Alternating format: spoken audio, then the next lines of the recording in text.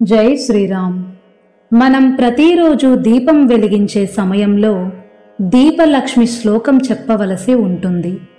సకల శుభాలు కలుగజేయమని దీపం వెలిగిస్తూ దీపలక్ష్మిని వేడుకునే శ్లోకం ఇది. దీపజ్యోతి పరబ్రహ్మ దీపజ్యోతిర్జనార్దనః దీపో హరతు మే పాపం దీపజ్యోతిర్నమోస్తుతే.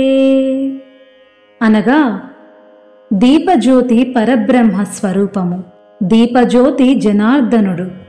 నా పాపాలన్నీ హరించి వేయమని ఆ భగవంతుడిని కోరుకోవడం. ఇక్కడ తెలిసో తెలియకో ఇదివరకు పాపాలు చేసినట్లయితే వాటికి క్షమాపణలు చెప్పి ఇక నుంచి ధర్మబద్ధంగా జీవిస్తాను అని స్వామికి చెప్పుకోవడం.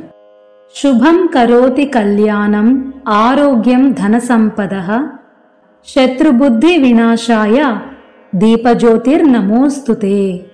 ఈ శ్లోకం అర్థం ఏమిటంటే, ఐశ్వర్యము, సకల శుభాలు, ఆరోగ్యము, ధనసంపదలు ప్రసాదించి శత్రుబుద్ధిని నాశనం చేసేటటువంటి దీపలక్ష్మికి నా నమస్కారము.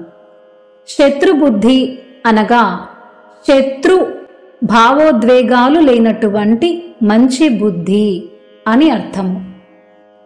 జై శ్రీరామ్. స్వస్తి.